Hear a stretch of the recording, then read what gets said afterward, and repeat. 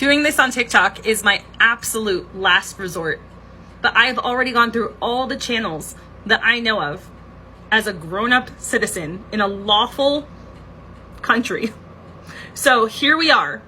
TikTok, I'm not going to make an allegation. I'm going to ask you a couple questions, and I believe in you. I believe you are the last hope. So I'm going to ask you some questions, and I want you to use your critical thinking, and I want you to look really closely at what I am showing you. This is Bebop, obviously, and if you've seen this video, you probably went right to the fact that she's wearing a lot of makeup. But I want you to look at something entirely different. I want you to just focus on her arms. Go ahead. Okay? Now I want you to look at her arms in this photo from a video. I want you to notice the muscle tone. Here is just we'll just take a moment. You can screenshot this if you'd like. Here are some side-by-side photos of just changes in Bebop's arms. And while children's bodies grow and change and fluctuate, when they change, they don't change back to the exact same thing that they were before.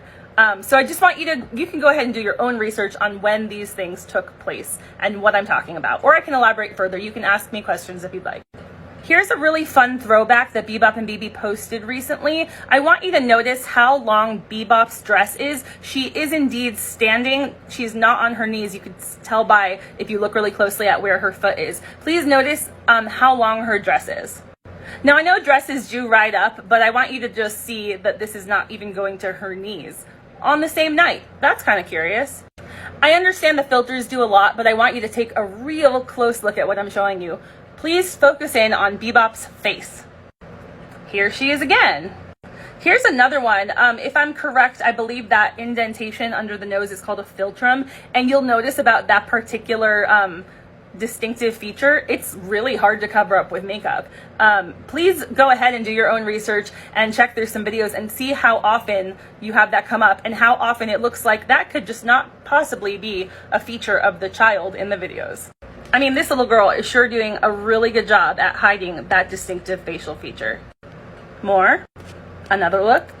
A beautiful capture of a great actress, although it's funny because in another clip, a little bit different. I want you to look at these facial features really closely, friends, because there are things that you can change with makeup and there are things that you cannot change. How confident do you feel that everything you've seen in the last 3 minutes is one child? Because if it's more than one child, then we need to verify who all those children are. Does anybody have any questions?